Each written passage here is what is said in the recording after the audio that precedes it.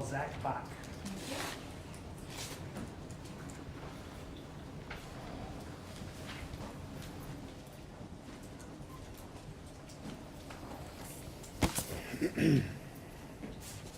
Raise your right hand.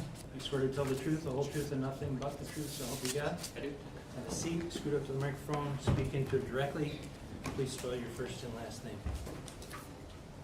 Zack Bock, Z-A-C-K-B-O-C-K.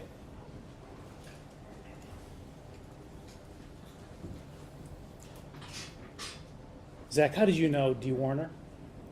Dee was my mom. Okay. And you have brother and sisters? Several. Okay, and who are they? My oldest sister's Amber, my older brother TJ, my younger sister Raquel, and I have a half sister Angelina. Okay. Did you ever live at the Munger address where your mom and Dale lived? Yes, multiple times. Okay. And did you ever work for any of the businesses there?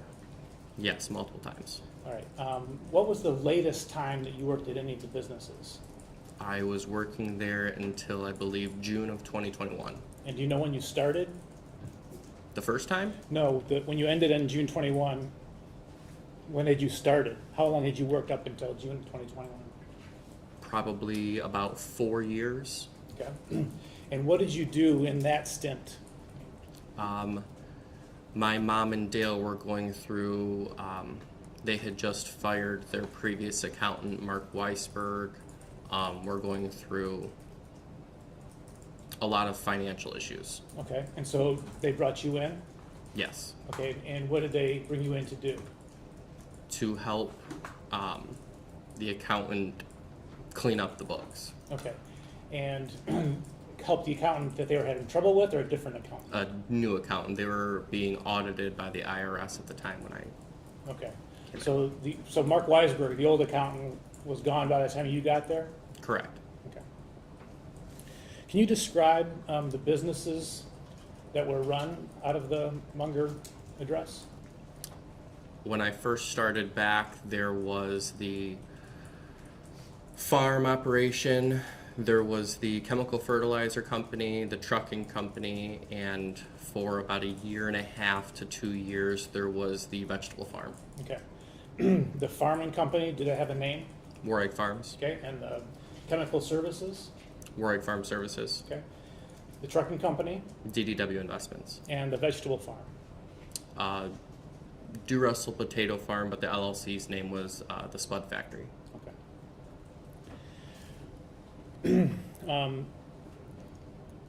Let's go in reverse order. Did you when you were brought in, did you look at the books of the Spud Factory, Michelle Vegetable Farm? Yes. Okay. Did you look at the books for all 4 businesses? Yes. All right. How was the vegetable farm doing at that time when you started? Objection relevance as to how the vegetable farm was doing, I think, and I'm not even quite sure the year of that. Council, can you lay some foundation Sure.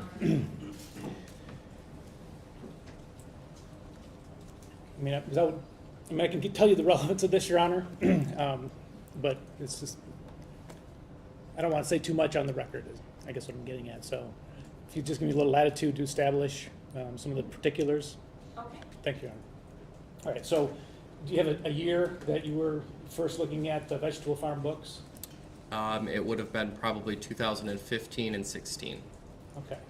And did you keep on doing the books until you left in June of 2021? Yes. Okay. And were you familiar with, was there interaction between the businesses in terms of transferring money from one business to another? Absolutely. And would you be the person that was doing that?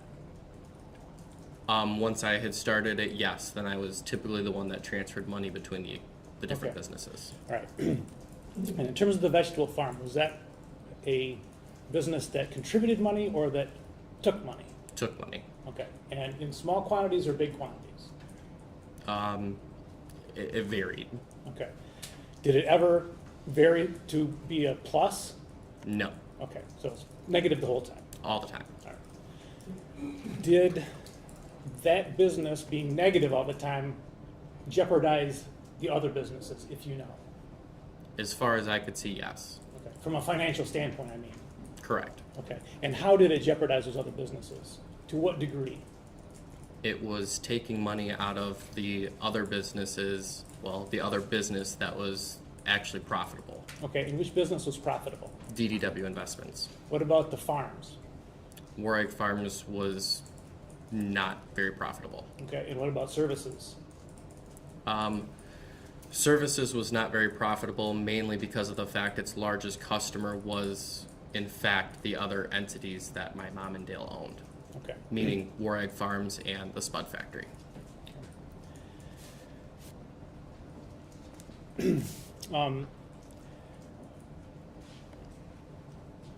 What was in terms of the farm, do you know how many acres were farmed? They farmed roughly 3,000 acres. Okay, and of that, was some of it leased and some of it owned? Correct. What was the breakdown? Roughly 50-50. Okay, and did the farm have employees? Yes. Did services have employees separate from the farm? No. Did DDW have employees? Yes. How many employees, give or take? On average, I would probably say around 15. Okay. And did you have an office at the farm? I had a desk at the farm. Okay, and where was your desk? If you walked in the main front door, I was right in the center of the office. Okay. And who else worked in the office? Let's just take of April of 2021. My mom and Stephanie Okay. Vogel. Okay. So you were generally in the office with your mom and Stephanie? Correct. Okay.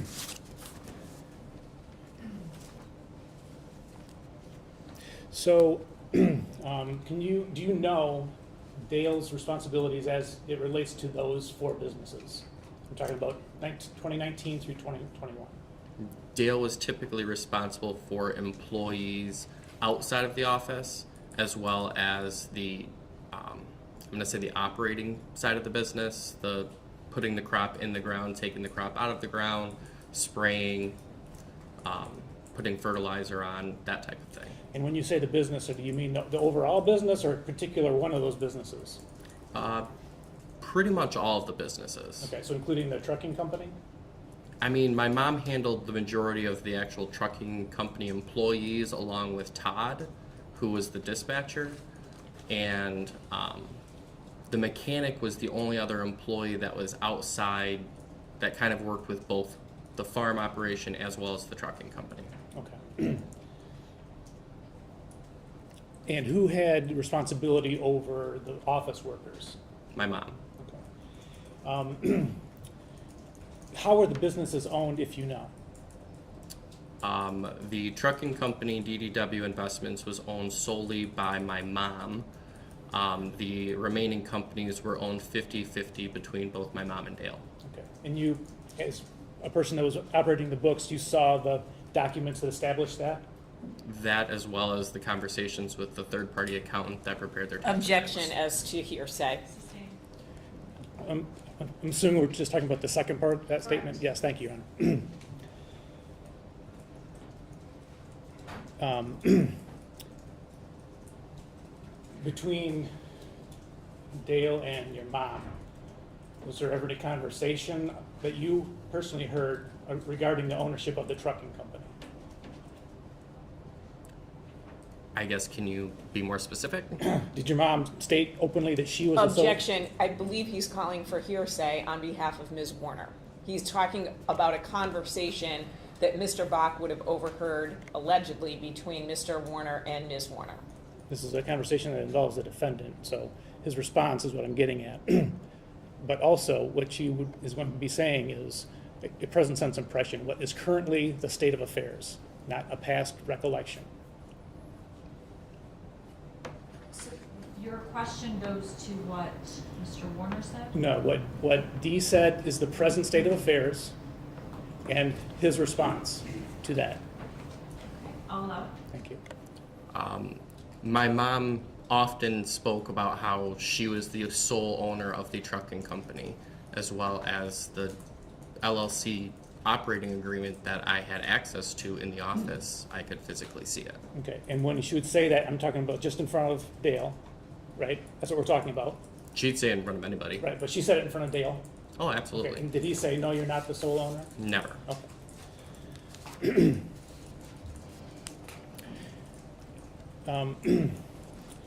Were you in contact with your mom over phone, either voice or text? Yes, we typically would be talking both in person if we were physically sitting with each other. At the same time, we could very well be having a text conversation with each other. And then I spoke with my mom just about all day, every day. Okay. When you did call her, was it usual or seldom that it went to voicemail? No. It was, how often did it happen? I very rarely called her, but I don't think I've ever been sent to voicemail. Okay. And text, did she ignore texts from you? No. Okay. Did you actually see her with her phone on her person when you saw her? Like on a day-to-day basis? Did she Oh have a yeah, phone on her phone was attached to her. Okay. And I'm referring to both at the office, but I'm assuming you went in the house too. Yes. Okay. Did you go in the house first of all, let me ask you this. When you lived there, when was the last time you lived at the house? I lived in the house probably the last time in roughly 2017. Okay. After you moved out in 2017, did you still have a room in the house, a bedroom? Yeah. Okay. So even up to April of 2021, did you have your own bedroom still? Yeah. Okay. Did you knock when you came to the house or just walk in? I just walked in. Okay. Did you have a key to the house? No, I don't know if anybody had a key to the house. Okay. Wasn't normally locked. No. And did you also then see your mom frequently in the house? Yeah. Okay. And did she have her phone on her even in the house? Yes.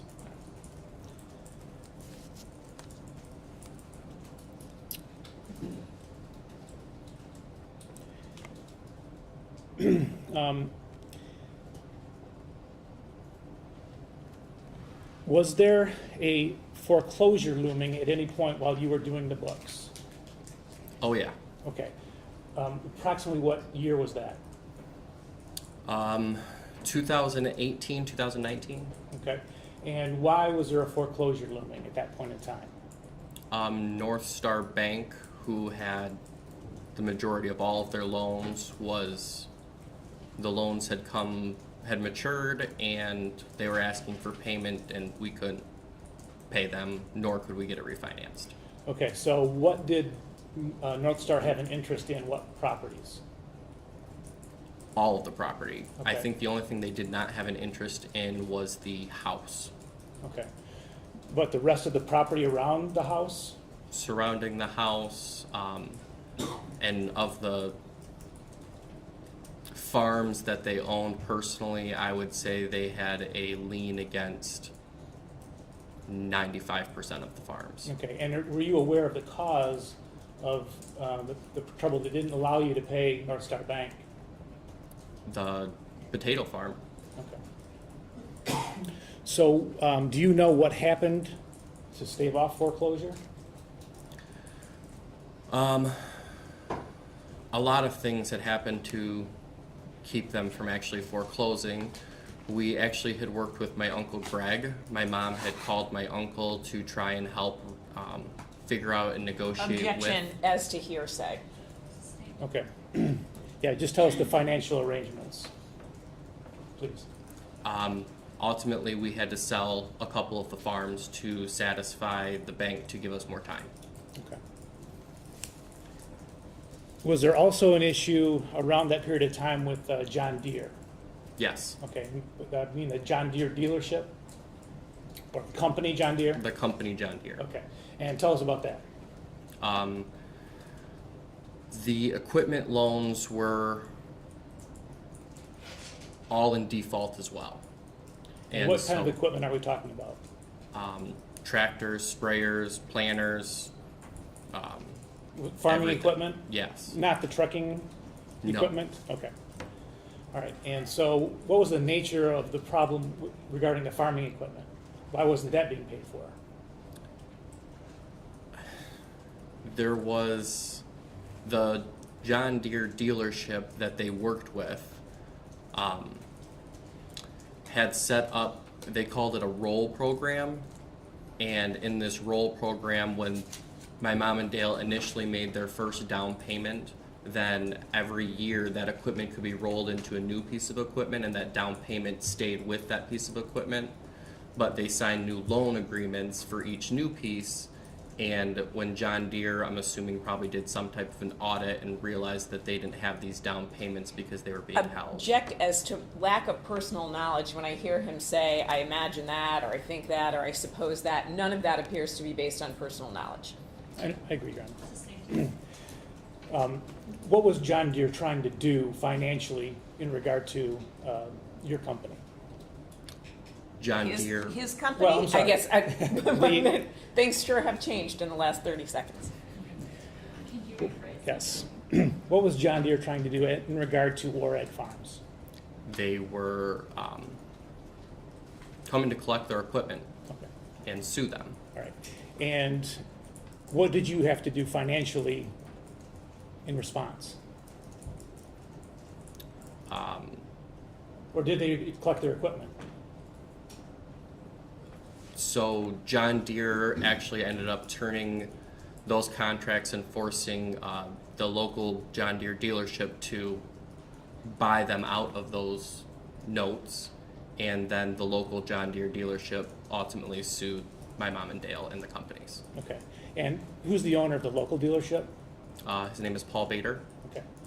And out of this whole scenario, does Paul Bader end up with any interest in the farm?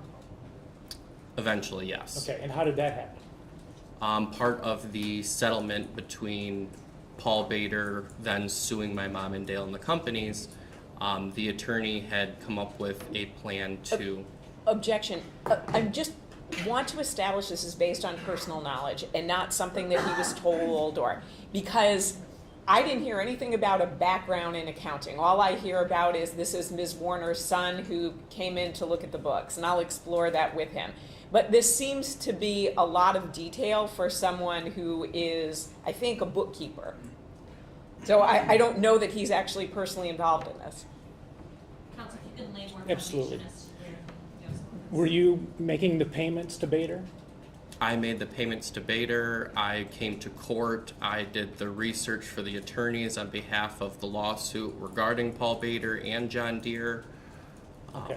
So you have firsthand knowledge of this? Personally witnessed and watched all of the contracts being sent over, the subpoenas that were sent, and everything else. Okay.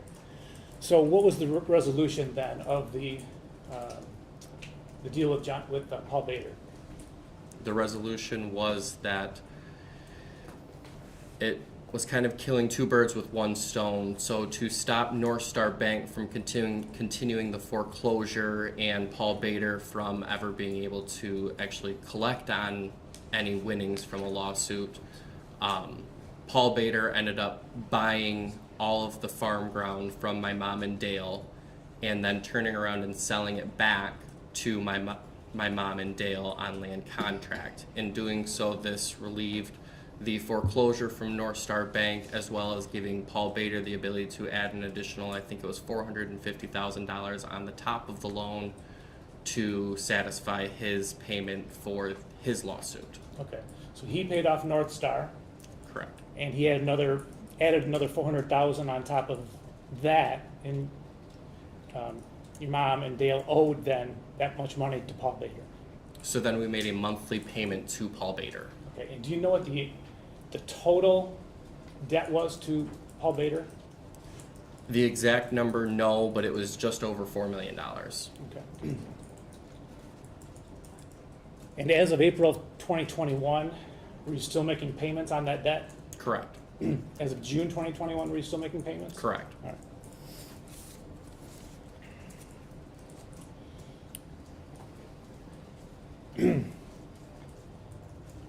Was the debt spread across all the businesses, or was it only for one or two of the businesses? The debt was associated with the company that the attorney had set up called Buyback LLC.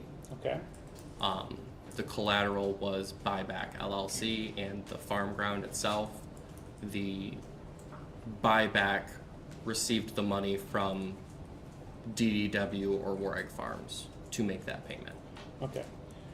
Was DDW, the trucking company, involved at all in the Bader issue regarding the John Deere equipment? No, Was DDW involved at all in the North Star foreclosure or attempted foreclosure? Was any DDW interest on the line, is what I'm asking you?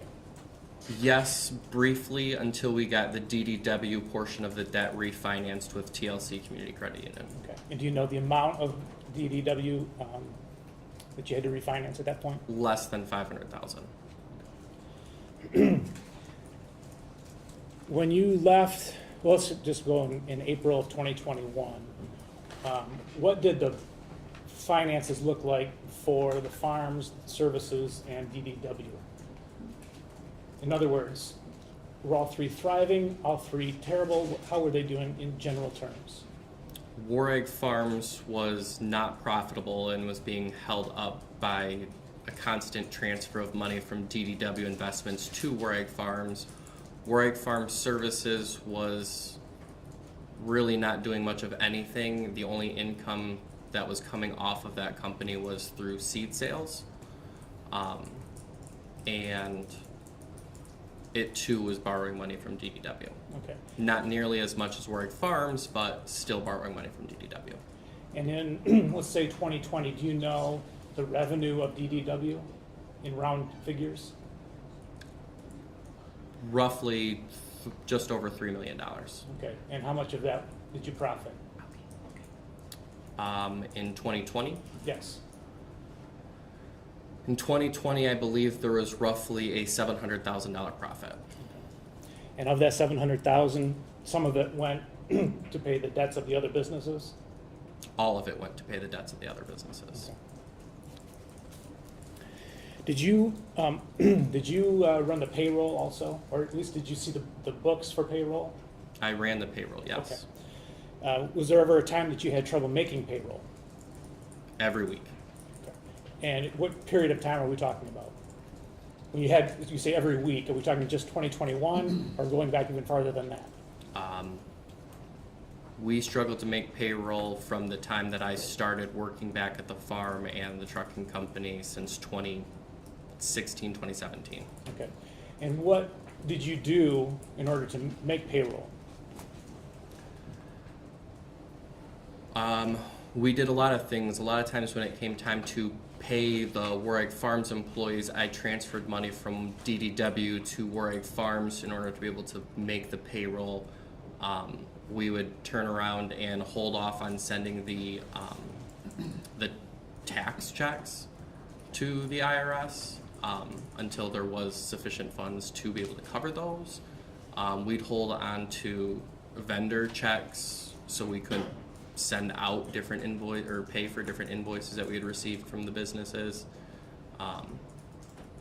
We did anything to go ahead and make sure that the employees continued to show up. Objection, only because he keeps using we, and I don't know who he's referring to with we, so I'd like a clarification of that. Are you doing this yourself or someone else doing it?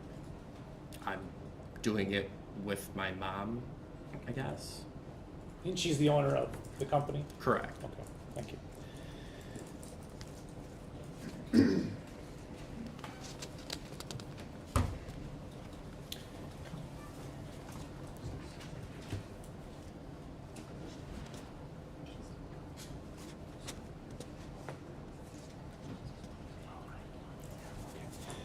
You mentioned that when you started, Mark Weisberg had just left. Is that correct? Yes. Okay. And do you know why Mark Weisberg left? From your own personal knowledge? From Objection as to relevance. All right, let me ask you a different question. Thank you. Was there contention between Dee and Dale over Mark Weisberg? Yes. Okay, and do you know what his role was before he left? What Mark's was? Correct. Mark was, he called himself the controller, but he was essentially the accountant. Okay, and was he accountant for all the businesses? Yes.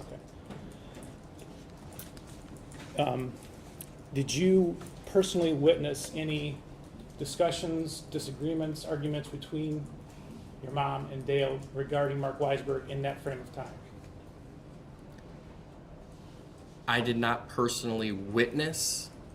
My mom had texted me. Objection all as to hearsay. Well, she hasn't said what. Well, She, I understand. She texted you regarding this? Is that what you're? Correct. Okay, thank you. but it's still implied hearsay, right? He asked about, did they disagree about Mr. Weisberg? Then he says, did you get a text about this? It all should be stricken. None of it's based on personal knowledge. It's all based on hearsay. He got a text with a subject matter. That's all. I didn't introduce a statement. It's a subject matter. It's regarding this accountant. It's not a general subject matter, it's a pretty specific subject matter. Okay. I'm gonna sustain the objection.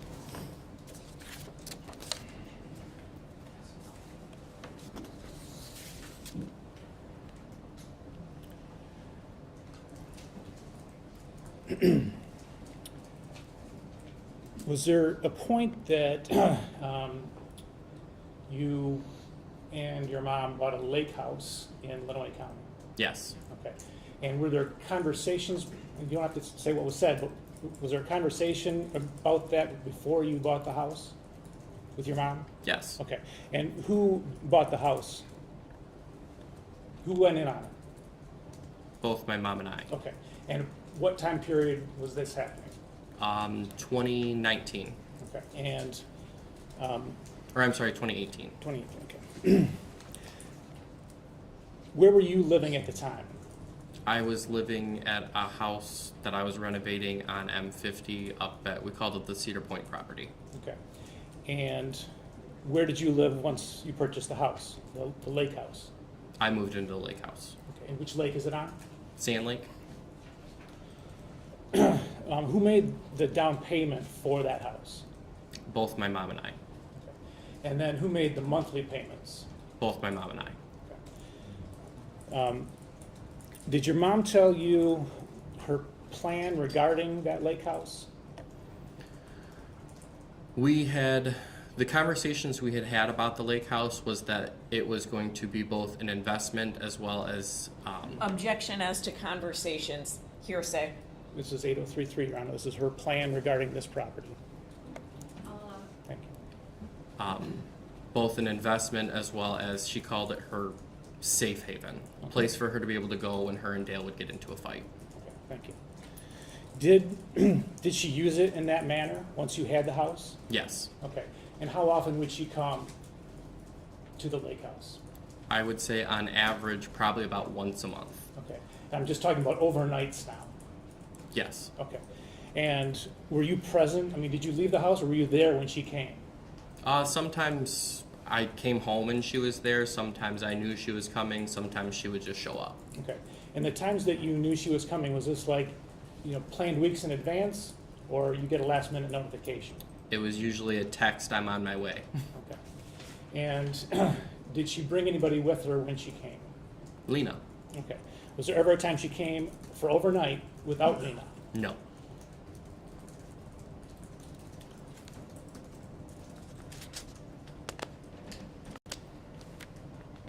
When your mom did come for those overnights, was she at work the next morning? I'm not asking from your own personal knowledge from being at the office. She was typically in and out, yes. She would stop by the office if she had things to do, and then she kind of continued about the rest of her day. Okay. What that consisted of, I don't know. In your bedroom in the house on the farm there, did you have a safe? Yes. Okay. And do you remember when you got the safe? I don't.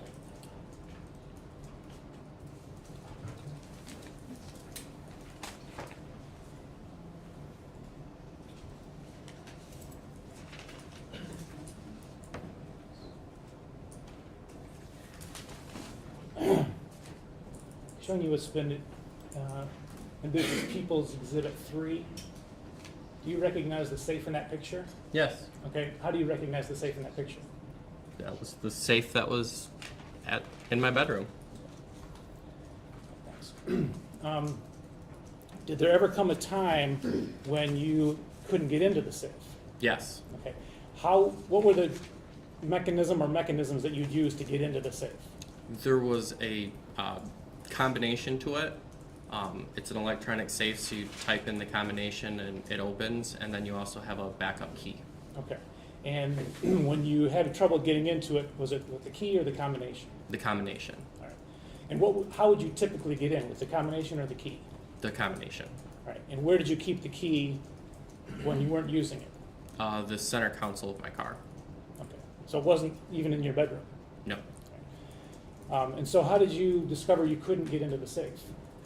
I had tried to open it for some reason, and it just wouldn't open. It does this long beeping noise when the combination's wrong or it's been tried too many times or whatever it is, and the combination just wouldn't open. And so what did you do in response to not being able to get into the safe? I went to my car and I got the key. All right. And did you open it? Yes. Okay. And was there anything missing? There was money that my mom had in there that was missing. Okay. And was it just money laying there in a rubber band envelope or what? She usually had it in like bank envelopes, Okay. little envelopes they give you at the bank. All right. And did you know how much money was in the envelope? I did not. Okay. Did you know that your mom was, or how did that money get in there? I guess I should ask you that. So both my mom and I had the combination to it and the key. Okay. All right. And so do you know how that money that went missing, how that particular money got in the safe? Did you put it in there or your mom? It could have been a combination of both of us. Sometimes she would give me a thing of an envelope full of money and say, "Can you put this in the safe for me?" Okay. And then sometimes she would just put money in there herself. Were you personally aware of how much money was in the safe when it went missing? She informed me of it after. Okay. Was it a small sum or a lot of money? Objection, this is going to be based on hearsay. Okay. I'll move on then.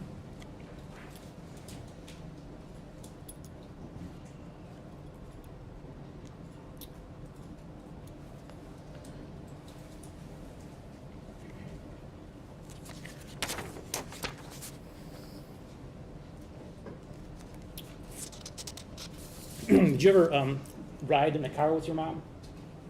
Often. And what car would you ride with her in? It was, for the most part, it was always the Cadillac. Okay, and especially I'm talking about, let's say, early 2021 through April 2021. It was typically always the Cadillac. The only time she ever usually used to drive the Hummer was if her Cadillac was either being serviced and it was at the shop. She took it to, I don't remember what the GM dealership is in Clinton, but she would take it to them and they'd usually have it for a day or two or whatever, and then she would drive the Hummer in that case, or whenever they used to take the Hummer to Florida with them.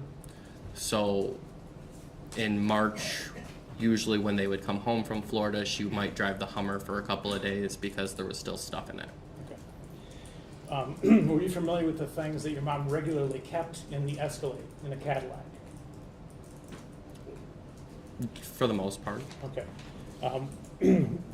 Things you can remember that were regularly in the Cadillac when you rode with her? She kind of had a little bit of everything. Band-Aids, she had medication in there, she had dollar bills stuffed everywhere, her purse was always in the Cadillac or in her car. She had a little wallet that she kept usually in her center console. Okay. And do you know whether she kept the purse, I'm going to refer to specifically, was that kept in the car, or did she take that out of the car when she left, when she parked and got out of the car at home? I very rarely ever saw my mom with a purse. Okay. All right, what did she carry her money around in? She had a phone case that had a little slot for your driver's license and little slots for your credit cards or cash or whatever. Okay. And when you would get into the car with your mom, would the purse be there? All the time. Usually on the passenger seat floor. And where would you typically sit? Usually in the passenger seat. Okay. Now, this may seem like a random question, but are you familiar with the second story, basically the fake bookshelf? Yeah. Okay. And where does that go when it's open? It goes into an unfinished attic space, so then there's a staircase that goes up to like the third floor of the house. That's unfinished. Do stairs go any place other than the upstairs? No. Okay. If you were to climb around in the rafters, you could make your way to the attic above the garage, and there's a staircase in the garage to be able to go down into the garage and outside the main floor. So if you needed to, you could go through that bookcase, up through and around downstairs into the garage. Well, you don't really need to climb over anything. You're just kind of stepping on rafters. Okay. It's like 2 steps.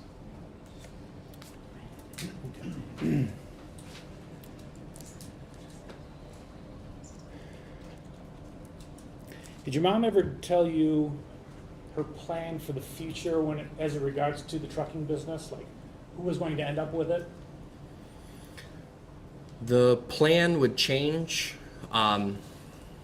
So depending on how she was doing, if she was upset and wanting to go ahead and I'm going to object only because I'm hearing the plan will change. So under 8033, and I've objected before on this, I guess then existing state of mind. So I agree. okay, I agree. it seems like it's changing every day. Yep. Okay. In April of 2021, was there a specific plan that you were aware of that your mom told you? in April of 2021, the day before she went missing, she sent me a text message stating that I'm done with this, I'm signing everything over to you, and you can deal with it. Okay, and when she said signing everything over to you, did you know what that meant? The businesses, Okay. her portion, Her portion of the businesses. correct, Okay. So that would have made you the sole owner of the trucking company. correct.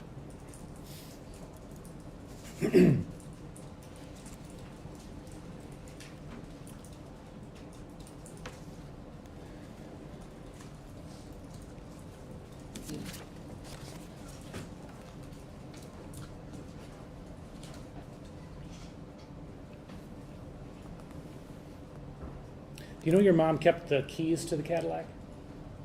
In her pocket? Okay. Did she, Objection as to personal knowledge. I mean, is he seeing her always with the keys in her pocket? Like, he doesn't live at the house anymore, so. okay.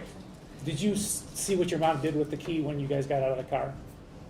My mom never took the keys out of her pocket until she was maybe changing her pants. Okay, thank you.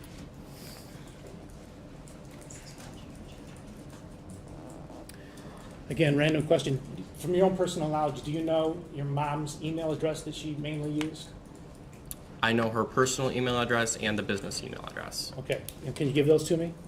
Her personal email address was tasermom, not spelled like that. It was spelled Tzar or Tazr at gmail.com. And the business address was ddwinvestments at yahoo.com. And again, from personal knowledge, did you know Dale's email address?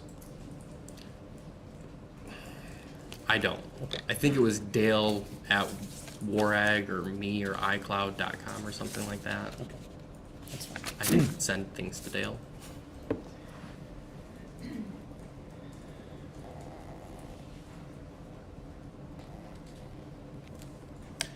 The the Munger property itself, do you know who owned it before your mom and Dale? Before my mom and Dale got married, my mom owned it by herself. I think my grandfather paid it off when he died, and that was her inheritance. And before that, it was owned by her and my dad Okay. when they were married. Okay. And my mom got the house, and I think there's it's 20 acres that the house sits on in the divorce. Okay.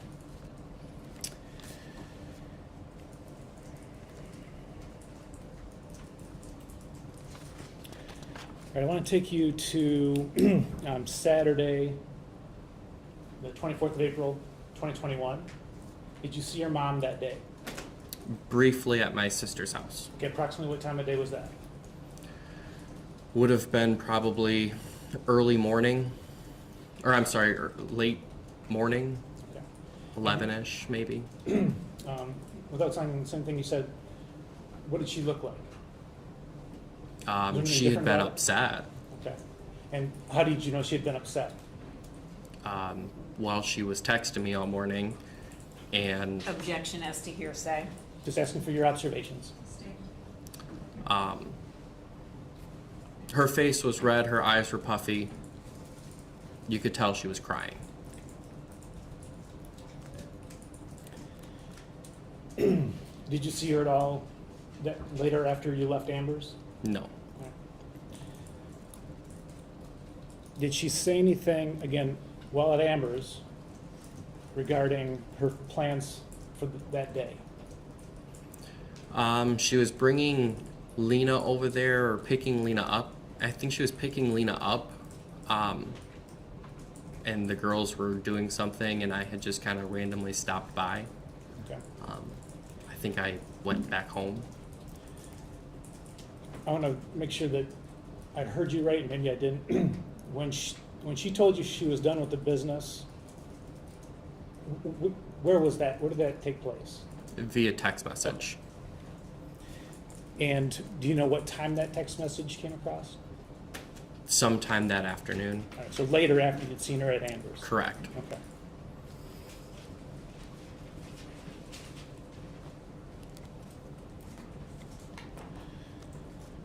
All right. Sunday morning, were you at the lake house?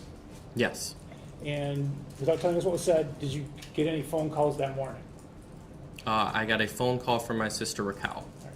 And did you do anything in response to getting that phone call? I texted my mom, and it never went through. I tried to call her, I believe, And her being, my mom. okay? And it just went straight to voicemail. I got around and then headed towards my mom's house. And do you know approximately what time you arrived at your mom's? It would have been mid-morning. I'm going to say maybe 10:30, 11 o'clock. Okay. Where did you go when you arrived?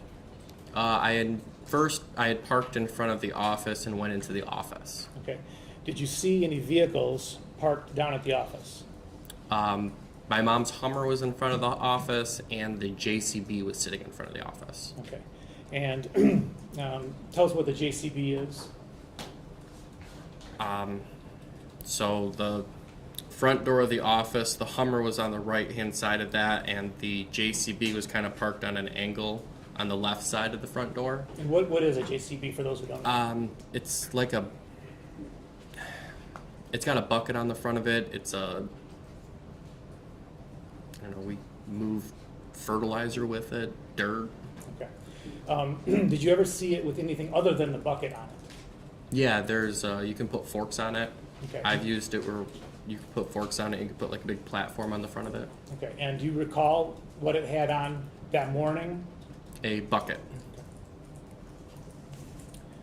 Was anybody in the office when you went in there? No.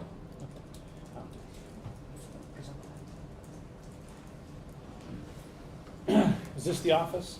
Yes. Okay. Do you recognize the person? Yeah, it's me. Okay. And you see in the upper. Is this, I'm sorry, is this an exhibit? It's being published? It hasn't been admitted to my I'm knowledge? sorry.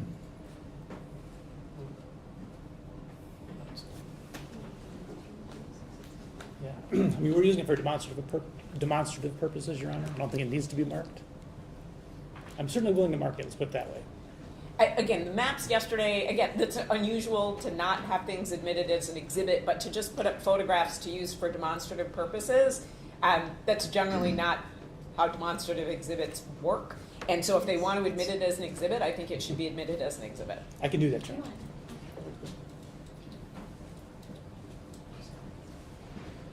It's gonna take a little bit.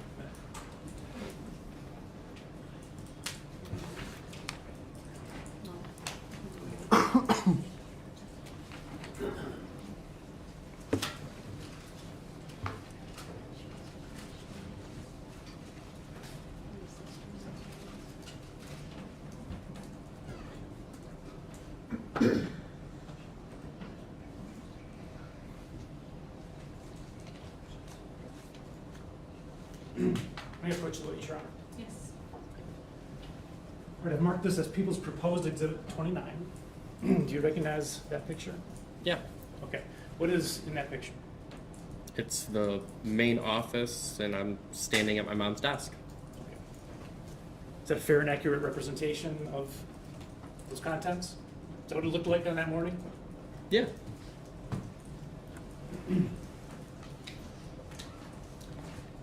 I just want to show it to you again. Okay, great, thank you. We move for the admission of People's Proposed 29. Any objection? No objection, thank you. People's proposed exhibit 29 is submitted for preliminary exam purposes only.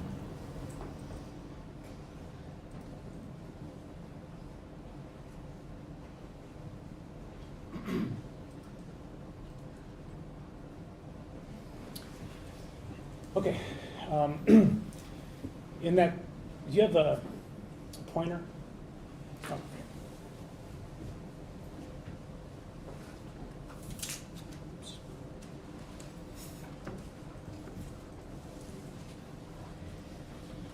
Could you point to your mom's desk if it's in there? Okay. And is there a computer on that desk? Right there. Okay. Is there any reason that you went to her desk that morning? I had gotten on the security cameras that's on her computer. Okay. And so is that where you view the security footage is from her computer? Yes. Okay. Where do you sit in that office normally? Okay. And Stephanie? Over here. We can't hear the witness on the Oh, recording. I'm sorry. Maybe you speak up some. I sit right here, and Stephanie sits right here. Okay, thank you. All right. That's it for now for that. So are you saying that when you went in first thing that morning, you looked at the camera footage? No. Okay. So you went in the office. Then what do you do?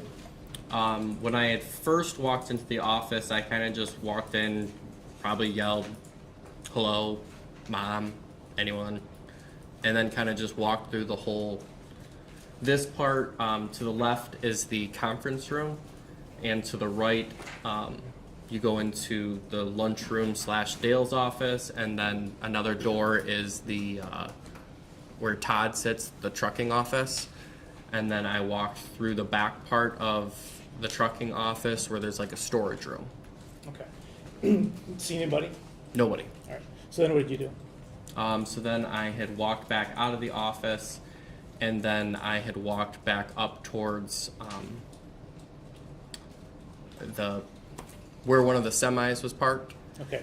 Did you have some information? You don't need to tell us what the information was, but did you have some information that you wanted to check out with regard to one of those trucks? Yes. Okay. And which truck did you go to? I went to Terry Nyrick's truck.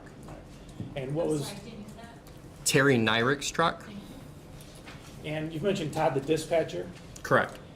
His last name is Nyrick also. Yes. Do you know if they're related, Todd and Terry? They're brothers. Did Terry work for the DDW? Yes. What was he? He was a truck driver. So his semi is parked back there, Yes. and each driver has their own truck. Yes.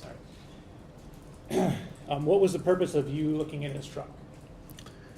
What were you looking for, if anything? I was looking to see if his truck was cleaned out. Okay.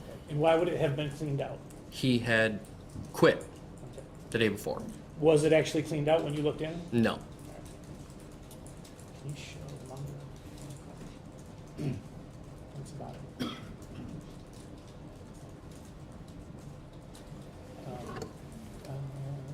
next one. Can you point to where his, I'm sorry, and this is 27. Could you point to where his truck was parked? Right here. Okay, so just to the west of what we call the dry fertilizer barn, or what we have labeled as a dry fertilizer barn? Yes. Okay. Did you see anybody back there when you were looking through his truck?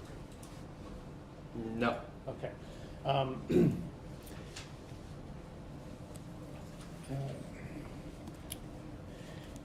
Are you familiar with the sprayer? Yes. Okay, what is that? It's used to spray liquid chemicals and fertilizer onto fields. Okay. Does it have a distinctive sound when it's in motion? Yes. Okay. Did you hear it coming that morning? I heard it a couple of times that day, yes. Okay. Did you hear it when you were back in that area outside by Terry's truck? Yes. Okay. Same time or a little bit later or when? Right about the same time when I was back there by Terry's truck.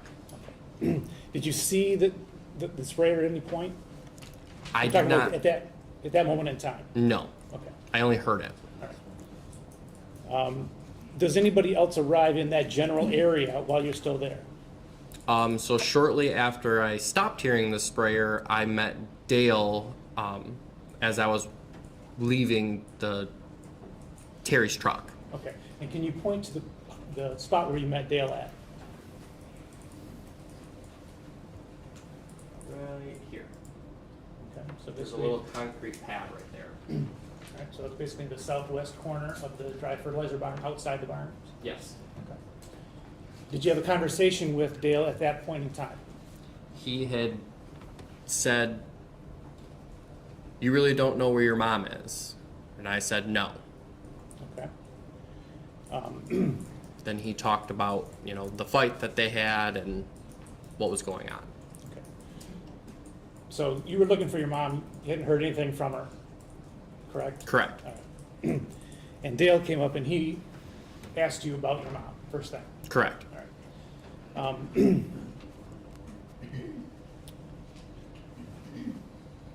Where do you go from there? So both Dale and I walked back towards the office. We didn't walk like side by side. I believe he walked closer towards like what's labeled the new shop, and I kind of walked through the grass and the driveway by the house, and then we both met back at the front door of the office. Okay. Did you have arrangements to meet back there, or was it? No, just kind of happened. All right, and then where did you go? You particularly, where did you go once you were at the front door of the office? Walked inside. Okay, and what did Dale do, if you know? Walked inside. And why did you go back to the office? I don't really know why I decided to go back to the office. I just went back. Okay. Did you have any more interaction with Dale once you're in the office? Yes. And where were you in the office at that point? When we walked into the office, we both took a right, and he was looking like he was walking towards his office, and I took a left to go towards the bathroom and like the storage server room. Did you both go in the same door to go into the office? Correct. And which of the doors did you go through? The main front door. Okay. The one that leads right into where your mom's desk is? Yes. Okay. And the bathrooms are to the right of that? Yes. Correct? And Dale's office is to the right of that? Yes. Okay. All right. So you were separated for some time? Maybe 2 steps. Okay. So 3. could you see him that whole time? No, my back was towards him. Okay. Did you have any more conversation with him thereafter? Yes. All right. And where was that? As I was walking towards the bathroom, behind me, Dale, I don't know if I can say it, Say what he said. says, "Oh fuck." And I turn around and he's standing in the doorway of where his office is and like the main part of the office is, and he's holding my mom's wedding ring in his hand like this. Okay. And does he say anything in regard to the wedding ring? This was on my desk. Did you recognize it as being your mom's wedding ring? Yes. Did your mom regularly take the wedding ring off? I don't think I've ever seen my mom take her wedding ring off.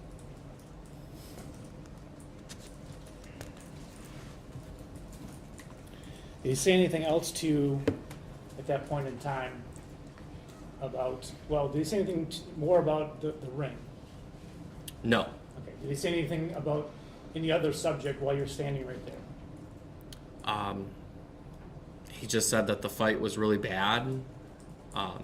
But honestly, I don't remember if he was saying anything else. My mind immediately went to get on the computer where the cameras are. Okay. If her ring was in here, she must have been in here. Did the subject of money ever come up? Yes. And when was that? I can't remember if he brought up money being missing from the safe inside, if he brought it up when we were standing on the concrete pad, or if we were in the office. Okay. One of the two is when he had brought it up. All right. And when you said money missing from the safe, tell us more about that. What did he say? He said that there was money missing from their personal safe inside the house. Did he say how much? He didn't say how much. He said that there was about $100,000 in it. Okay. And do you know where that safe is located from your own personal knowledge? I do not. The safe. You don't know where the safe is? I don't. Okay. There's several safes in the house and on the property in general. Okay.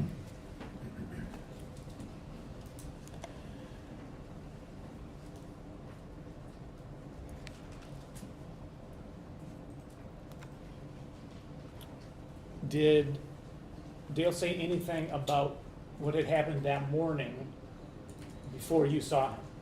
What he had been doing? He told me that he woke up and mom was still asleep on the couch around 6:30, and he left to go start spraying some fields and start doing some work outside when he realized he didn't feed the dogs, so he came back in to go feed the dogs, and then he went back to go get in the sprayer Okay. to go spray a field around the corner on Carson. Okay. Did he tell you how he got up to the house to feed the dogs? He did not. Okay. From kind of how he was talking, it sounded like he was walking. Objection, speculation. Okay.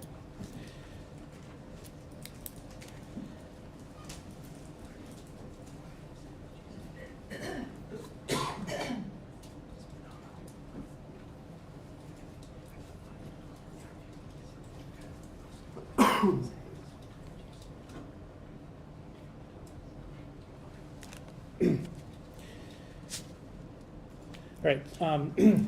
So did you ever actually look at the surveillance camera? I did. Okay. At what point?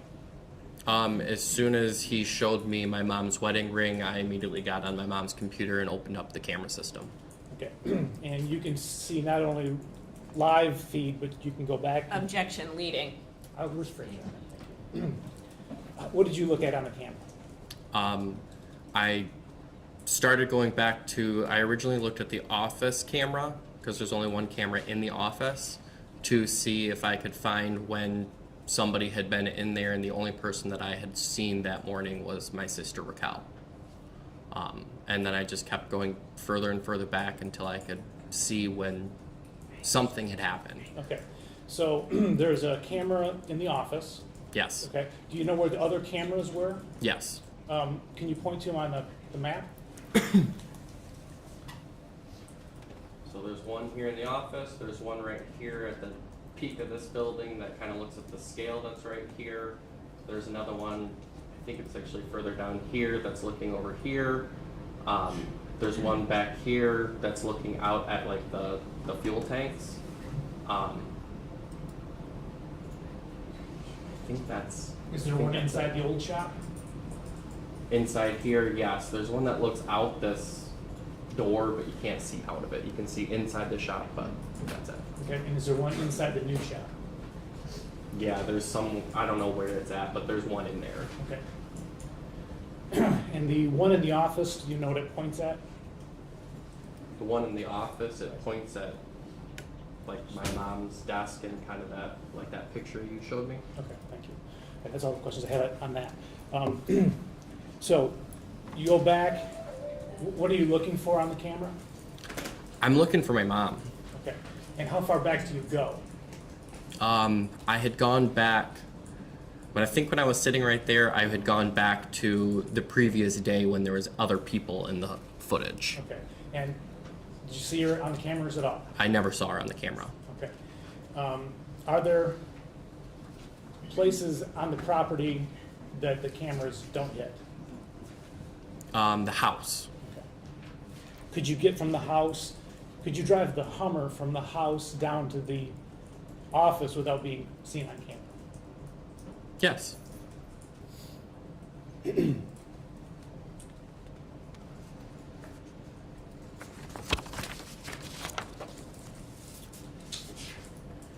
Was anybody in the office with you while you were looking at the surveillance camera? Dale was in the office with me for the first part. At some point, my sister, brother-in-law Dustin, and Aunt Shelley had come in, and then my brother had gotten there sometime shortly after as well. So initially, though, it was just you and Dale? Yes. Okay. And while you were looking at the surveillance footage, what was he doing? At first, he was standing over my shoulder, kind of watching what I was doing and what I was looking at. And then he randomly just kind of stopped and was like, well, I'm going to go spray. Let me know if you see anything. And he walked out. And then like 10 minutes later, he came right back in. Kind of the whole day, it was this back and forth. I'm going to go do this, but then I never did. Objection. He doesn't know what he did. If he left, he left. What he did, unless Zach is reading minds now, he doesn't know what he did. That portion can be stricken. Yeah, thank you.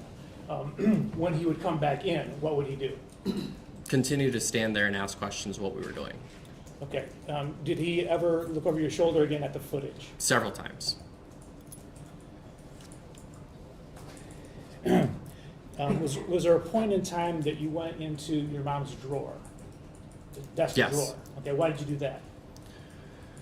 At some point when Dale had walked back out of the office, I don't know exactly when I was looking at the cameras, but at some point, yes, I looked into my mom's drawer. Okay, and why did you do that? When Stephanie was living in one of the houses that they owned and she paid rent, my mom kept her monthly rent in an envelope hidden in the drawer. There was about $700 in there. Her and I were the only ones that knew that it was there, as far as I knew. So why I was did you look looking- for it? So why did you looking look to for it? See if she had come in the office and taken it. Okay. Was it still there? It was.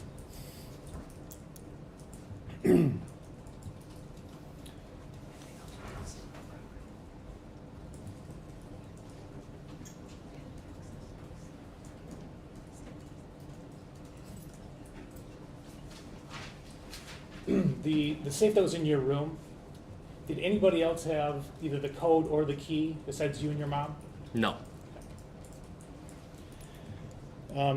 Did you leave your mom's house at any point on Sunday? Yes. Approximately what time? It would have been sometime early, mid-afternoon, maybe 2-ish. And I went back to my house. Why did you go to your house? My door has a keypad, so you don't need a key to actually get in. My mom had the combination to it, so I was looking to see if my mom had come there. And then I went up to the Cedar Point property to look to see if she was there. Was she there? No, Okay. she wasn't in either place. And then where did you go from Cedar Point? And then I came back to the office, looked at the cameras some more. I had met with my siblings You met with your siblings where? at the office. Okay. And then I left and went towards Britain to check the grain bin system. Okay. I can repeat that last part. To check the grain bin system. Raymond? Grain, Oh, thank you. like seed. So you're looking for your mom in Britain? Yeah, any property that they had a structure at, I was trying to check out. Okay. And was she in Britain? No. So where did you go then from Britain? So when I was leaving Britain, I actually called a friend of our family. He's a Tecumseh police officer, Officer Wolf. Okay, let me stop you right there. Don't want to hear anything that you said, but you called the police at Yes. that point? Okay. Were you calling to report your mom missing at that point? No. Okay. Where were you headed at that point in time? I was just driving back from Britain towards Tecumseh. Okay. And where did you end up? Where did you go? Ultimately, I ended up back at my house. Okay. Were you by yourself or with somebody else at that point? My sister Raquel and my brother TJ met me there. Met you at your house? Yes. Okay. All right. And what did you do once you were at your house? We tried to reach the Michigan State Police, but it was a Sunday evening, so the or our line was just a recording. So we ultimately called just 911 and got sent to the sheriff's dispatch. Okay, and why did you call 911? Um, Obvious question, right? yeah, we couldn't find our mom, and the advice I was given from Officer Wolf was call the police. Well, I was going to object, but you already got it out. Okay. So you reported her missing Sunday night? Yes. Okay. All right. Monday, did you go back to the farm? Yes. Okay. Before we get into that, well, let me ask you this. Was your mom at the farm on Monday when you got there? No. Do you know what time of day it was when you arrived? Somewhere around 9. Okay. Did you go to the office or the house? The office. Okay. Did you ever at any point go to the house on Monday? At some point, I'm sure I did, yes. Okay. And do you recall whether you don't have a specific memory of going back to the house? I went to the house, I just don't know what time. Okay. When you got to the house, was anybody there? Dale's daughter Jenica was there. She was cleaning and cooking a roast. Lena was upstairs playing in her little craft room thing. Can you tell us, you said Jenica was cleaning and cooking a roast. Did you actually see her cleaning? The house was spotless. Okay. She told me she was cleaning and cooking a roast. Objection as smell to it. hearsay. Well, she's telling him what she's doing at the time, if that's, Same. okay.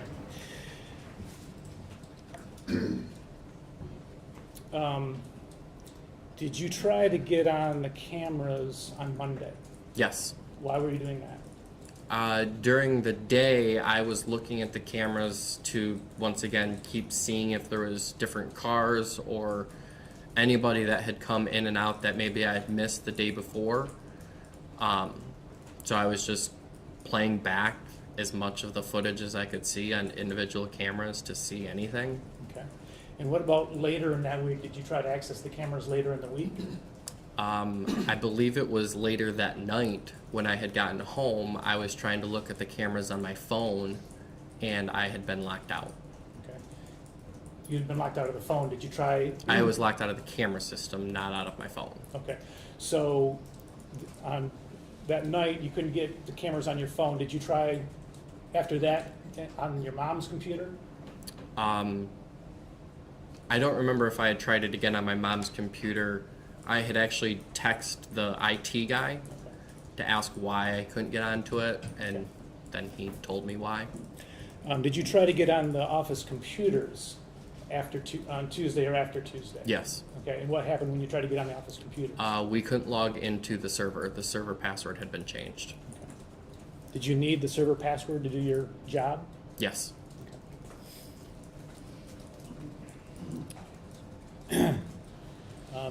Did there come a point at which Dale instructed you to do something regarding your mom's paycheck? He told me to stop writing her paycheck. How long after that weekend did this happen? I think it was either that same week or the following week, within 2 weeks. And why was she getting a paycheck? The company, DDW Investments, is set up as an S corporation. So according to the accountant, the owner of the corporation is required to go ahead and take some type of reasonable salary. So I wrote a reasonable salary paycheck every week for my mom.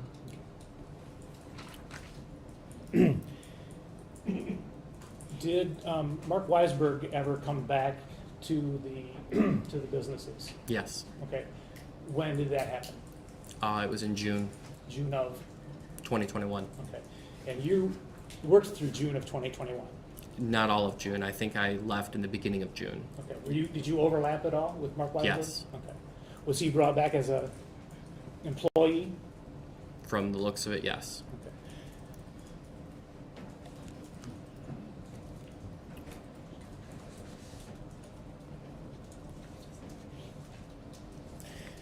Okay. Did your mom, to your knowledge, ever have a second phone? No. Did she ever ask you to call her or text her on a different number? No. My mom couldn't operate her personal phone, let alone a second. Did you ever see your mom high on medication? No. Did you ever have any reason to suspect that she was abusing pills? No. I don't think she even finished most of the pills that she was supposed to finish. Objection, unless he Yep. has personal knowledge, move to strike. Thank you.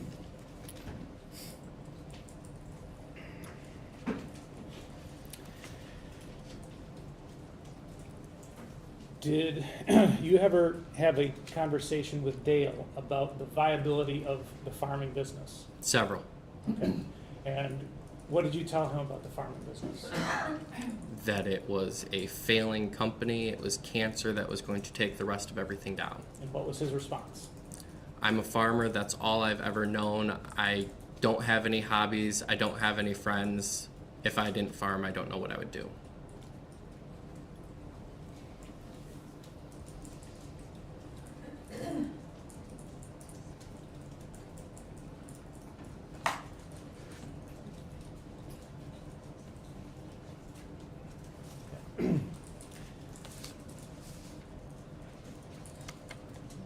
When you were in the office and Dale told you about the big fight, did he give you any details about the big fight?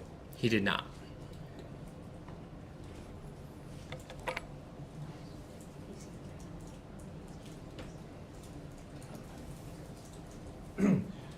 Did you, before, the first time you went in, that morning to the office, Yes? did you go in Dale's section of the office? Yes. Okay. Did you see Dale's desk? I mean, I walked right past it. Okay. Did you see the ring on his desk? No. Okay. Were you looking for something on his desk? I was not, but it's a relatively large ring, be hard to miss.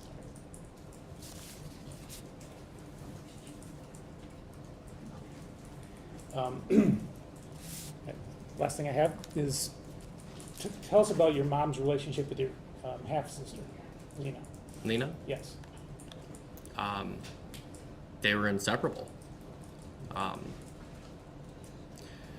Mom defended Lena against Dale. Objection. Unless this is personal knowledge, and again, the inseparable obviously can't be based on personal knowledge, I would ask this witness to confine his testimony to his own personal knowledge, not speculation. Just asking what you've seen, thank you, I'm sorry. Just asking what you've seen personally in terms of the relationship between Lena and your mom. My mom adored Lena. She would do anything for not only any of her kids, but especially Lena. Can you ever see your mom leaving Lena and never coming back? Objection. Total speculation. I know he wants that answer to end on, but it's totally speculative. All right, thank you, nothing further. Cross-examination. Thank you.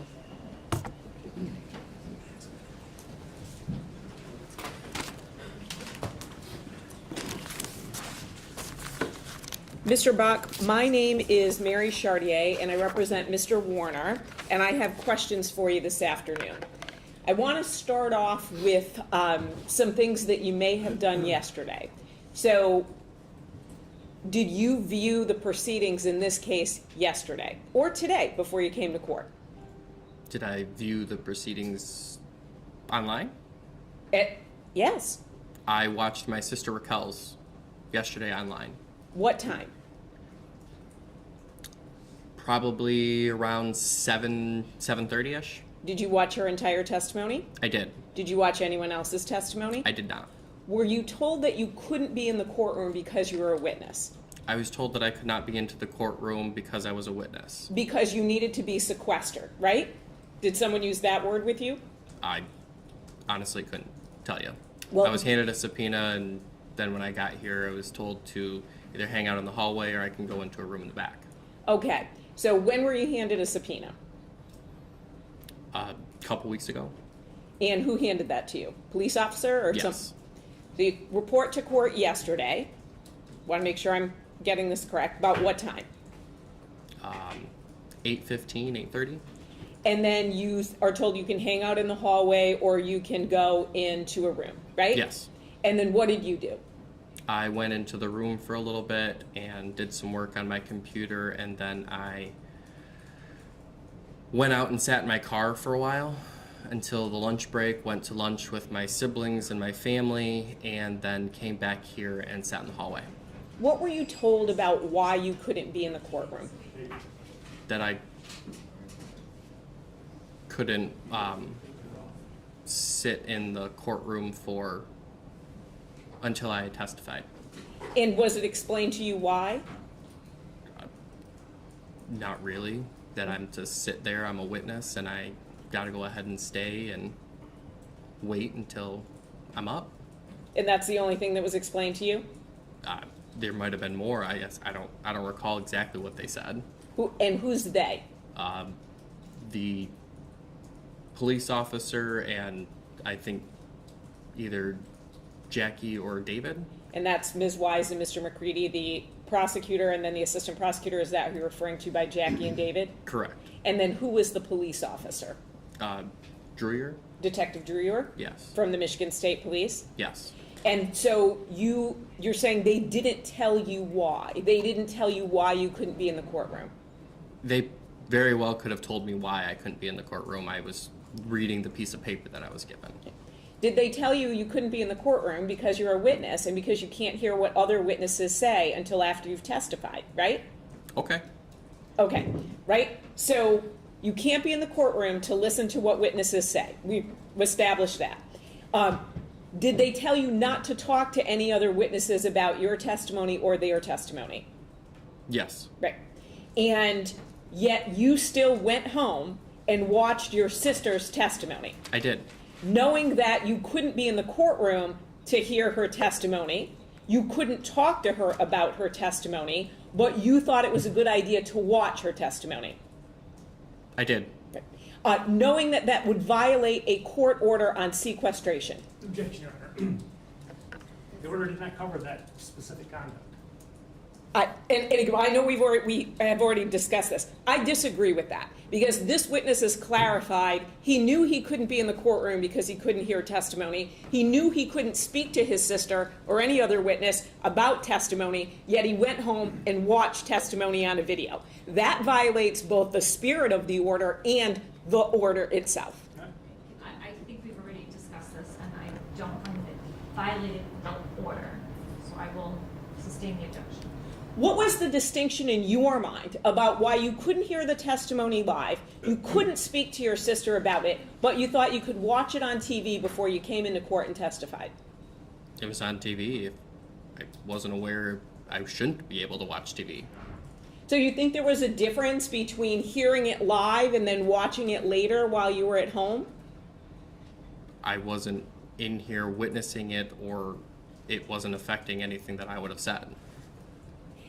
So you said, right? And it was on YouTube, right? It wasn't on television, it was on YouTube, correct? I have no idea what it was on. Well, how did you pull it up? I clicked on a link on Facebook. Okay, and who posted it on Facebook? WTOL? And did you search for this on Facebook? No, it just pops up in your newsfeed. It popped up in your newsfeed. And what did it say? Something about updated case for Dee Warner.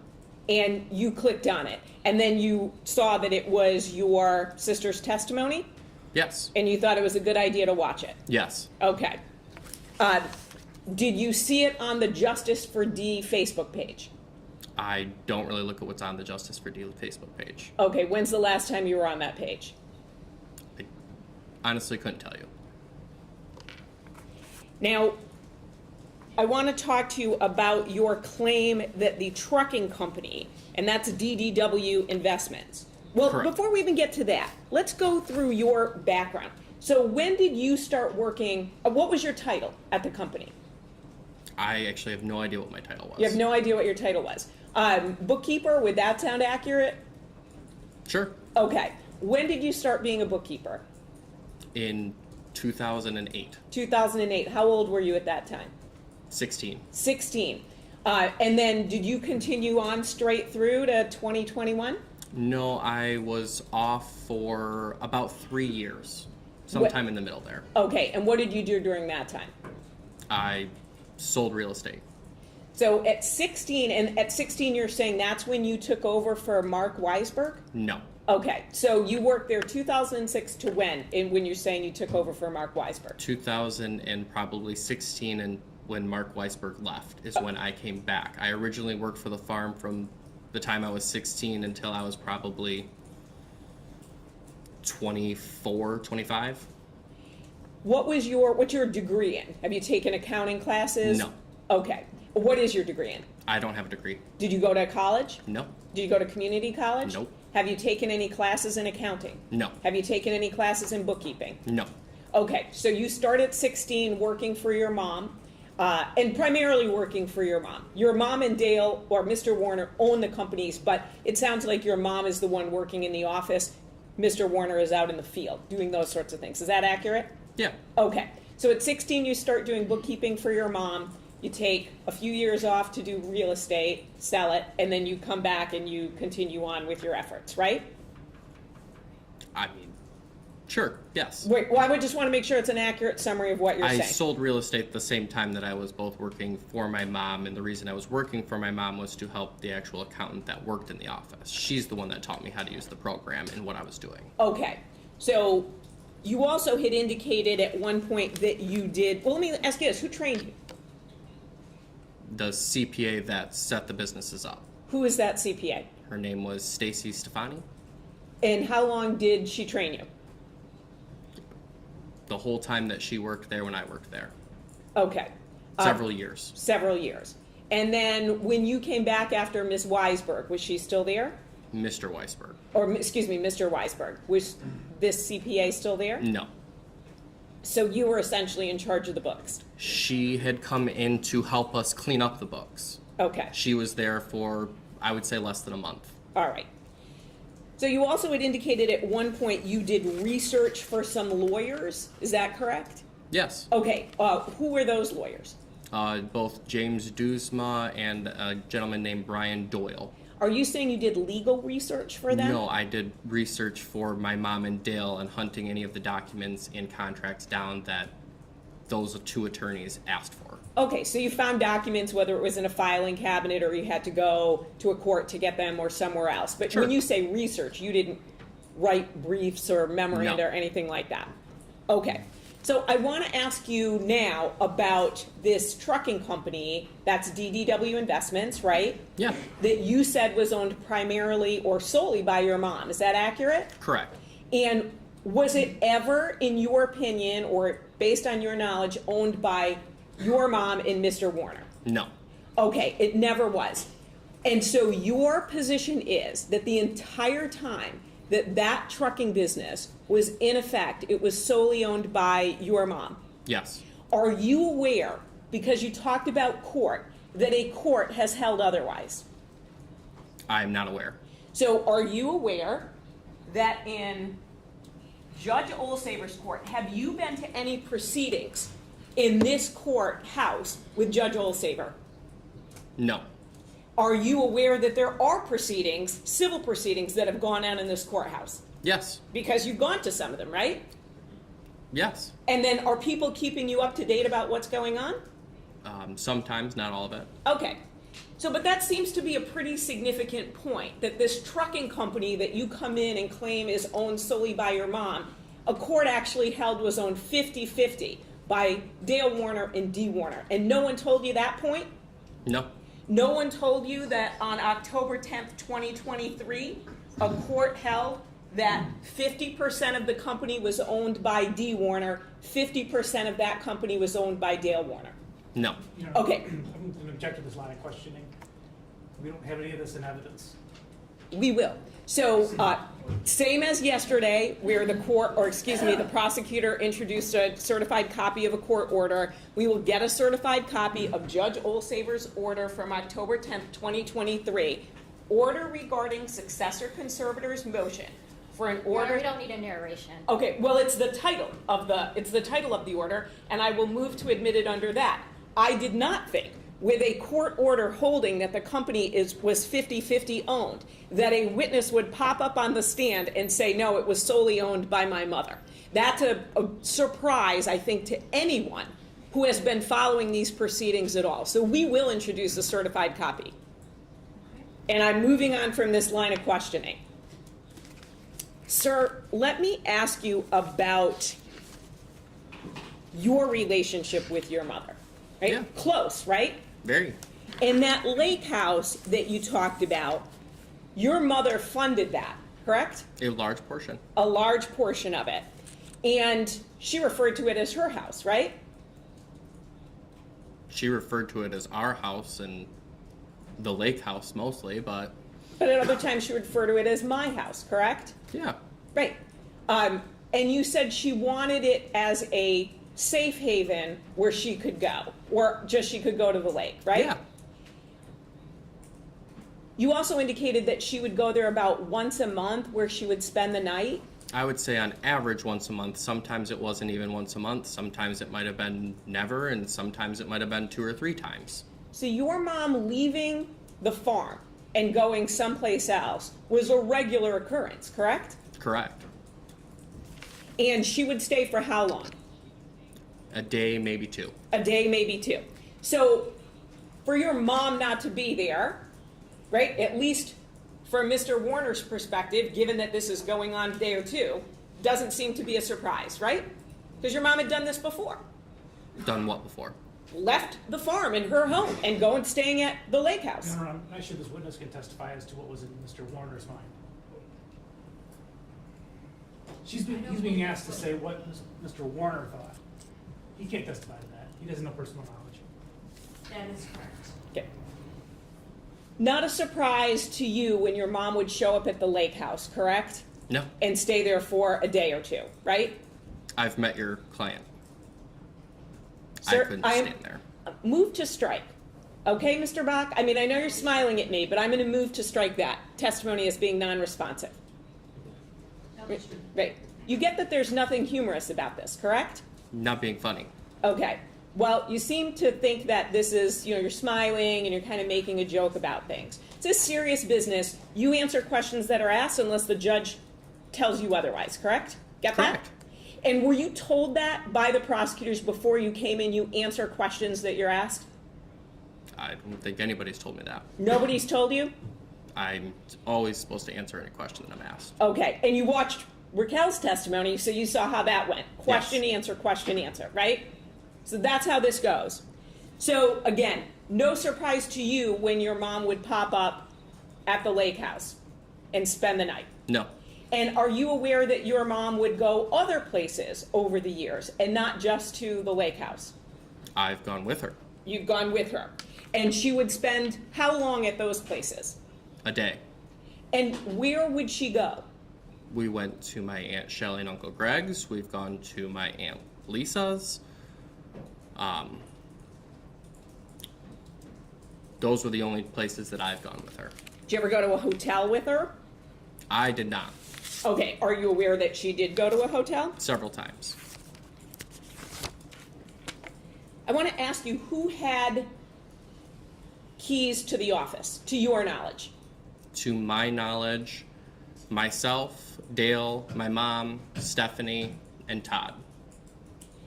On the morning of April 25th, 2021, do you use a key to enter into the office? I do not. You said you saw your sister Raquel on the video, correct? Yes. About when was she on in comparison to when you were watching the video?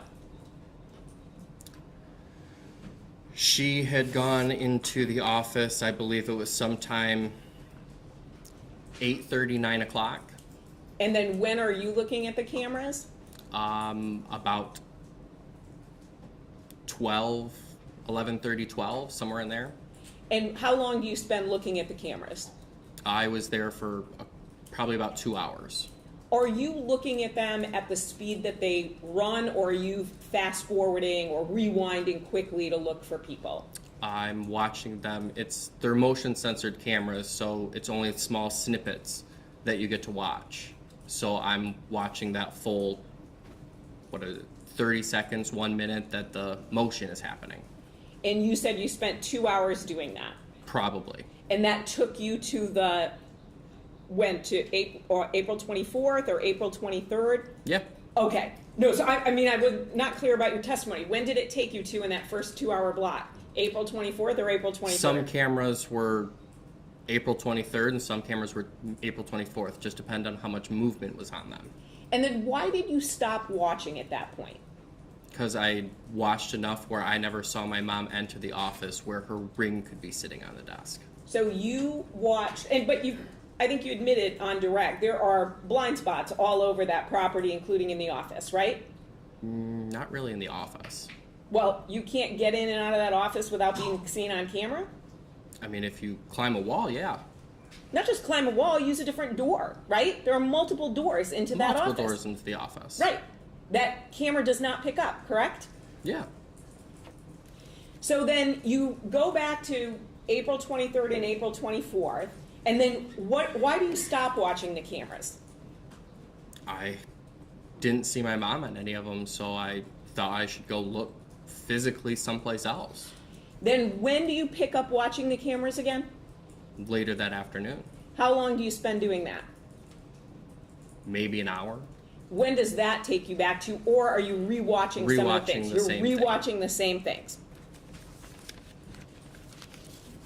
Now, I asked you about your experience with accounting, but just because you had talked about the farm not being a viable business, I think you said it was a cancer, things like that.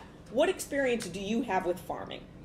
I've grown up on a farm. Both of my parents are farmers my entire life.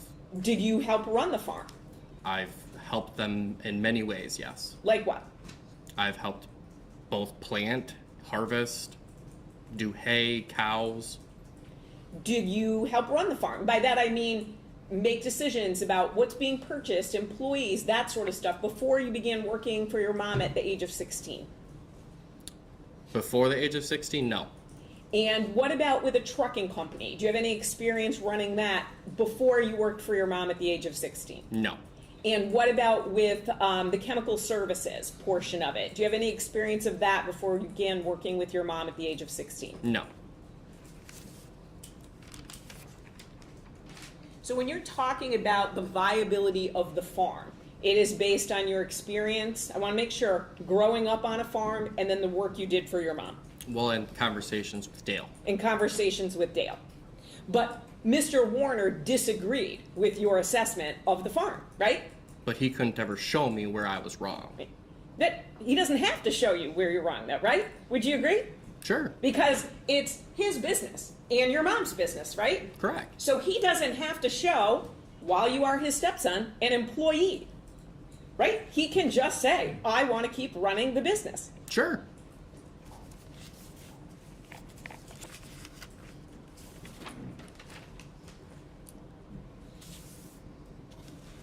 The prosecutor spoke to you about your mom's medication. Are you aware if your mom used any opiates? I am not. Did she share with you all the medication that she was taking, to your knowledge? I have no idea what medication she took. Did your mom also drink alcohol? She did. How frequently? Honestly, I couldn't tell you. So when she was with you and you went out to dinner, for example, would she be drinking alcohol? Yeah. When you would go to the house, did you see her drinking alcohol? Not typically. If it was a holiday, the girls and everybody would probably have some type of a drink. By the girls, do you mean the adult women? My sisters. Okay. All right. Now, we did talk about the cameras, and I want to go back to that. Who had access to those cameras? You had access to the cameras, right? I had access to the cameras, my mom had access to the cameras, and Dale had access to the cameras. Did Dale have access to the cameras, to your knowledge, or did you change those passwords so he didn't have access to the cameras? Nobody could change the password except for the IT person. He actually specifically changed it so nobody could touch it except for him because somebody would get on it and mess with it, and then we were all locked out. Okay. And then what about bank accounts? I know there's been this conversation about a safe in your mother and Dale's house, or Ms. and Mr. Warner's house, that only you and your mom had access to, right? Correct. And then you said there was some missing money from that safe? Correct. What about any other accounts or credit cards, anything like that? Is there anything that only you and your mom had access to and Mr. Warner didn't? As far as bank accounts and credit cards, Anything financial? I mean, I had a bank account that my mom's name was on. There was a DDW bank account that I think only my mom had access to. And I'm sure she had her own personal accounts. The cash that you said your mom had all around her car, Yeah. did she keep, and she put cash in your safe? Yeah, Did she keep cash elsewhere? everywhere. Okay, everywhere, what do you mean? Sometimes it'd be in her closet. She'd have money in her clothes. She'd have money in pockets. She'd leave money in a coat pocket. I mean, she had money everywhere. Do you know where that cash came from? No clue. Did you ever see her take cash and then keep it, not take it to the bank or anything like that? If I gave my mom money to take to the bank to put into the bank account, then that's where she put it. If I gave my mom money because somebody came in and bought something and she decided not to put it in the bank account, that's on her. I have no idea. Okay. You also talked about a reasonable salary that you paid your mom. What was the reasonable salary? $50,000 a year. $50,000 a year. Did your mom use the credit card for other expenses, like other living expenses? What credit card? Well, your mother's credit card. Right? They had several credit cards. Did those get paid for by The businesses. the businesses? Not all of them. Some of them she paid personally if they were a personal credit card, but I don't know what those ones were. Did you look at the credit card statements to determine what was business and what was personal, or did you just pay a statement?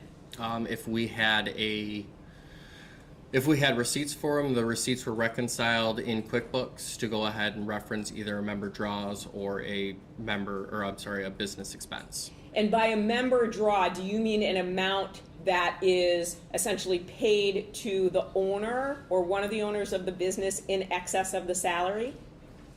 Could have been, yeah. Okay, well, what else Depending on who paid the credit card. Right, well, what else do you mean by a member draw? So if one of the companies that was being paid for out of, let's say, DDW, if mom went out to lunch with that credit card and paid for it with that company credit card, then it was a member draw and not a business expense because it was a personal lunch, not a business lunch. And that's what I'm talking about, right? So that would essentially be extra salary on top of the $50,000, right? Correct. Okay. So when you say a member draw, whether it is a credit card statement that is being paid or whether it is going into somebody's pocket, that is in addition to the $50,000 reasonable salary that you were paying to your mother. Correct. And when I say you are paying to your mother, it's not coming out of your pocket. I mean, you're cutting the check, right? Correct. And when Mr. Warner indicated to you you should stop that, she hadn't been to work for 2 weeks approximately, right?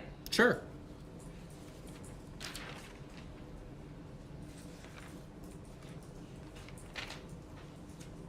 What was the percentage of profit for the trucking company? That I have no idea. And do you know the percentage of profit or loss for the other companies? I do not know what the percentages were.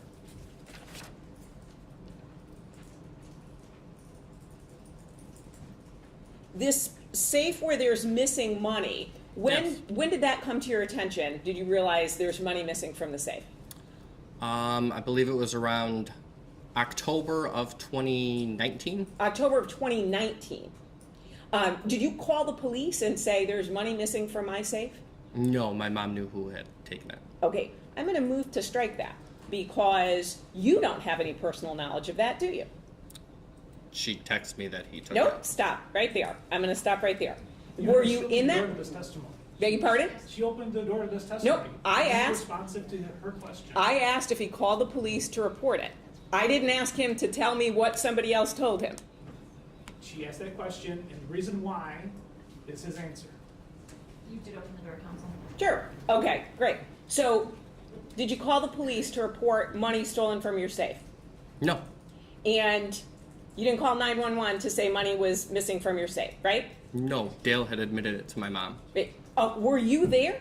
No, she had texted that to me. Right, according to you, right? According to you and your mom. This is what I'm trying to get at. You were not there, right? You didn't see him go into the safe, correct? No. You know, according to you, your mom told you that he took the money, right? Well, I was the one that opened the safe to find that the money was gone. Right. You have no idea if your mother took the money, right? Well, I'm asking my mother and she's saying no, so Right. This is what I want to get at, right? How did Mr. Warner get in if only you and your mom had the code and the key to the safe? I have no idea. You have no idea. To your knowledge, does he have a background in safe cracking that we just have not heard about? Could be. That could be, to your knowledge. Did you ever, right? Has that been a career path that he took in the entire time that you knew him? No. Right? Do you know how to crack a safe? Have an idea. Okay, you do. You have an idea. You know how to do that. Yeah, I'd go buy the same safe and use the same key.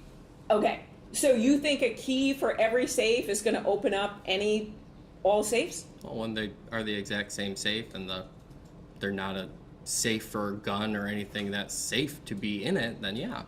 Let me walk this back. Do you have any personal knowledge that he had a key to that safe? No. Okay. So your claim is you opened up a safe in 2019 and there's missing money, right? Yes. And you're saying you didn't take that money Correct. because you could have taken that money and then told your mom, well, let me ask you this. How much money do you think was missing? She said about $55,000. Okay, $55,000. And how much are you making working as a bookkeeper at the farm? I think I was making $16 an hour. $16 an hour. So you could have taken that $55,000, right? And then told your mom, oh, look, money's missing from the safe, correct? Yeah. Your mom could have taken that $55,000 and then when you notice it missing, say, oh my gosh, I confronted Mr. Warner and he said he took it, right? Yeah. Right. Okay. So you have no personal knowledge of what happened to that money, correct? No.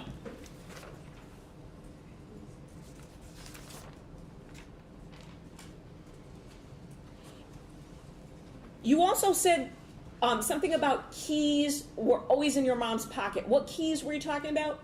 Her car keys. To the Escalade or the Hummer? To the Escalade. To the Escalade. Whatever she was driving at that time. Okay. Did she have a single key or was it on a keychain?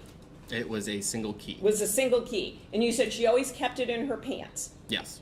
except when she was changing her pants. Yeah. Were you in the room when your mom was changing her pants? Right. Weirdly enough, sometimes she'd be changing in the bathroom when I was sitting in her bedroom. Okay. So you would see her with this key? No. The door was shut. The door was shut. My point is, you have no personal knowledge of what she did with that key when you didn't directly see it, right? No. When you went to your sister Amber's house, Angelina was there? Yes. And that's because she had spent the night. Yes. And that night is April 23rd to April 24th, right? Yes, I believe. Now, when you went to the farm on April 25th, did you go to the house first or the office first? The office. The office first. And that's when you started looking at the cameras? No. Okay, so you walked through and then you started looking at the No, cameras? I walked through the office and then I walked up towards Terry's truck after I walked to the office and nobody was in there. You walked to Terry's truck. Did I hear you say you looked through his truck? I opened the door and looked inside of his truck. Is that a truck that's owned by the trucking company? Yes. Okay, so you opened up his truck and you looked inside. Yes. And then you closed that truck and then went back to the office. I met Dale at the top of on the concrete pad and then we went to the office, yes. All right. What were you expecting to find in that truck? Terry had quit the night before and my mom told him he needed to clean that truck out because it was her truck. It was the trucking company's truck. And I was looking to see if he had been there that morning and if the truck had been cleaned out to know who was on the property. Was the truck cleaned out? No. So you went over there to see if he had been on the property before you looked at the cameras to determine who had been on the property. Yes. Right? And before you looked at the cameras to determine if you could see where your mother was. Yes.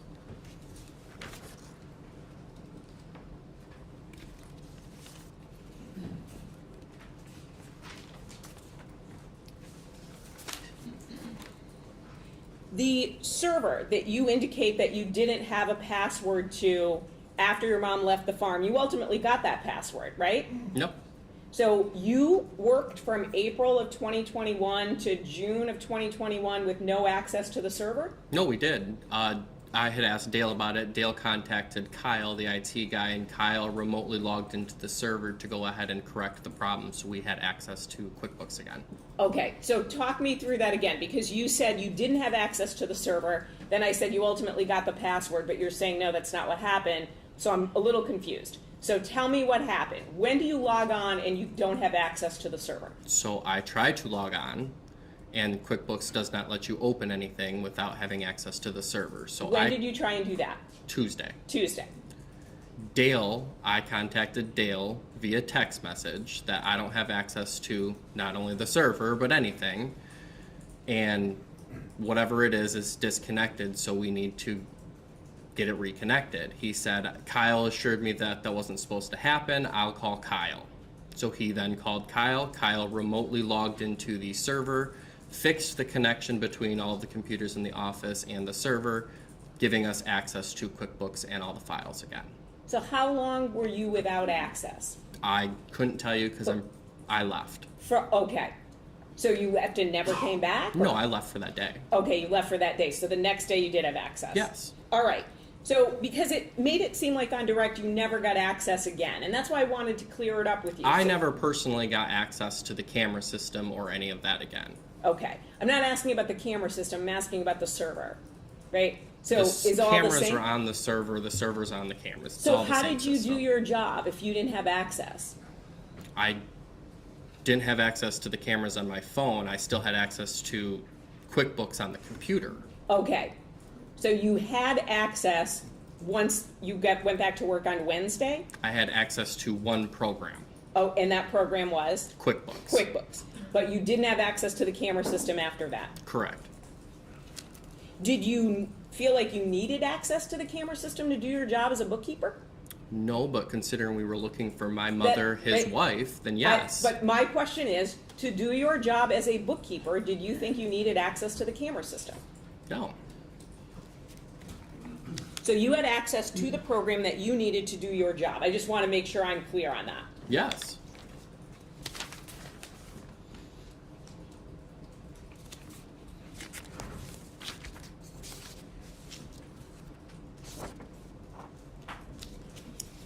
The lake house, what ultimately happened to that?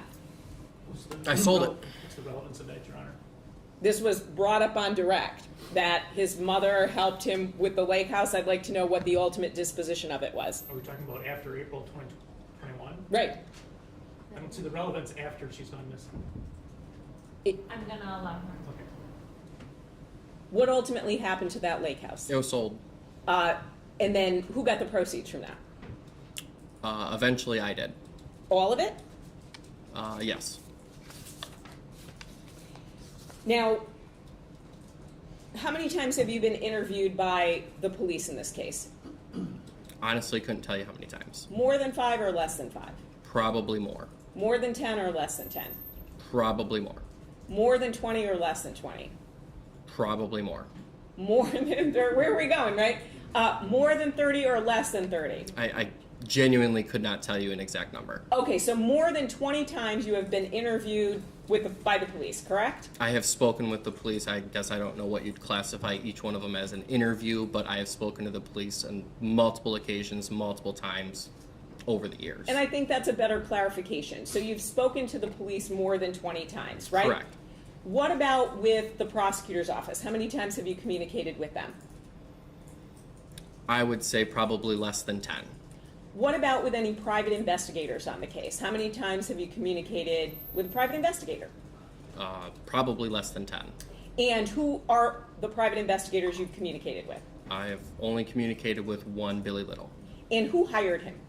I believe he volunteered his time with a connection to my Uncle Greg. Do you know, so you haven't given him any money for his work? No. And do you know if anyone has? Not that I'm aware of. Have you given any media interviews about this case? Yes. To who? I believe I've spoken to a couple news reporters about, I don't know which ones they all work for, honestly. What about documentaries, podcasts, anything like that? I haven't done any podcasts. Any documentaries, I might have talked to a couple of people on a documentary. And when you mentioned Mr. Little, you said you're not aware if he's getting paid or if anyone paid him. But do you know, for example, is he staying with you or a member of your family when he's in town? I have no idea what he does. So he's not staying with you then? No. Have you socialized with him at all? We've been at the same place, yeah. Okay, what's the same place? We've been at memorials for my mom. We've been at candlelight vigils for my mom. Meals, drinks, anything like that? He's come to lunch with us when we had court and he was here for court. Did he have to testify in court? Not that I'm aware of. Did you have to testify in court? Is that why you were in court? No, I was here to watch. Okay, you watched proceedings. Yes. But just not the one that we spoke about earlier with Judge Olsaver, right? I've not been to Olsaver. The only court I've ever been to was Catherine Sala and previously Judge Shadler. And with all your testimony today, which I think has been going on now for probably close to 2 hours, you have no personal knowledge of what happened to your mother, correct? None. You have no personal knowledge of where she is as of today, right? None. I have no additional questions. Thank you.